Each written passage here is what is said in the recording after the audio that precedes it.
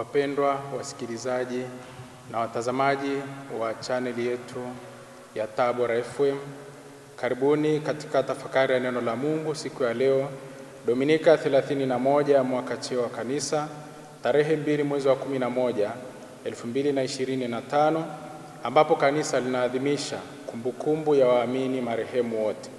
Masomo yetu ni kama ifuatavyo.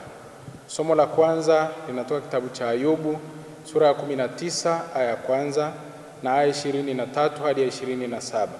Somo la pili linatoka waraka wa Mtume Paulo kwa Warumi sura ya 5 aya 5 hadi ya 11. Na somo la Injili ni kama ilivyoandikwa na Yohane sura ya 6 aya 37 hadi ya 40. Yesu aliwaambia makutano, wote anipao Baba watakuja kwangu, wala yeyote ajaye kwangu sitamtupa nje kamwe. Kwa kuwa mimi sikushuka kutoka mbinguni ili niyafanye mapenzi yangu, bali mapenzi yake yeye aliyenipeleka. Na mapenzi yake aliyenipeleka ni haya, ya kwamba katika wote alionipa nisimpoteze hata mmoja, bali nimfufue siku ya mwisho.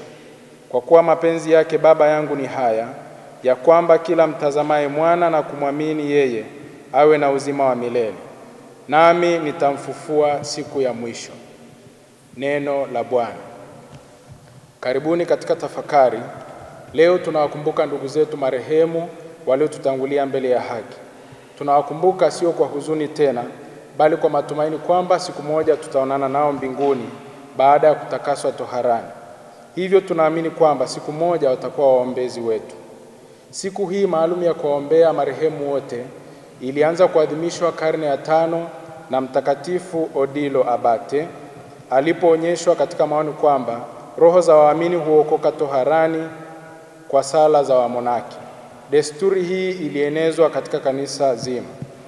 Dhana hii ya kuwaombea marehemu wote imejengwa juu ya msingi wa imani kwamba ndugu zetu watafufuliwa na kwamba kuna maisha baada ya kifo. Uzima wetu waamini hauondolewi, ila unageuzwa tu.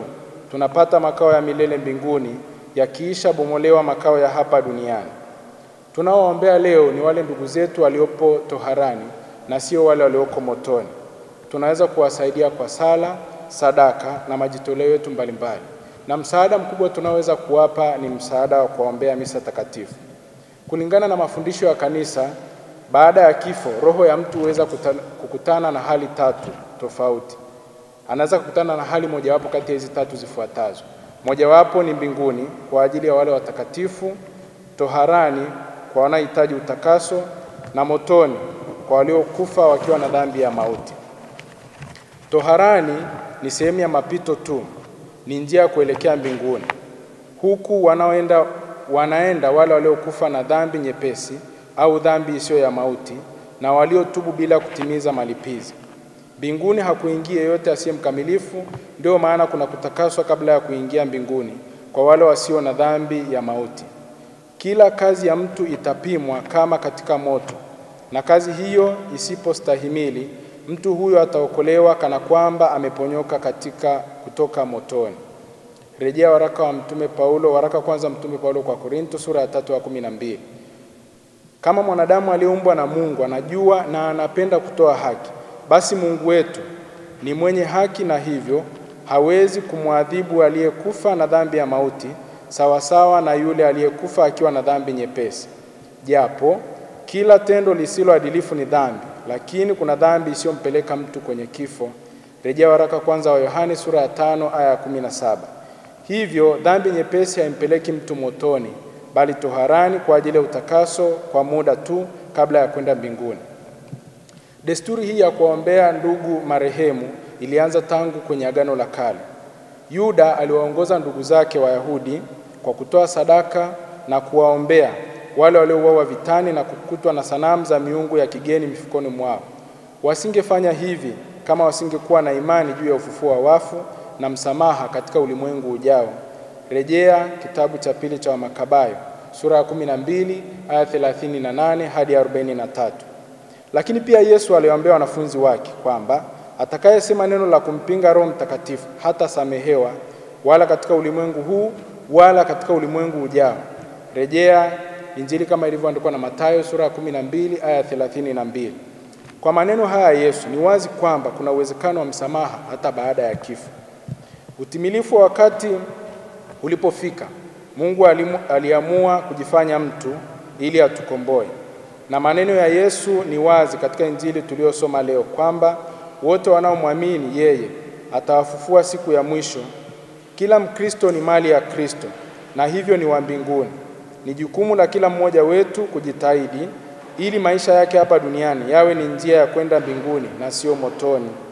Pamoja na mateso na mahangaiko ya hapa duniani, tukumbuke kwamba hayo mateso ni ya muda tu.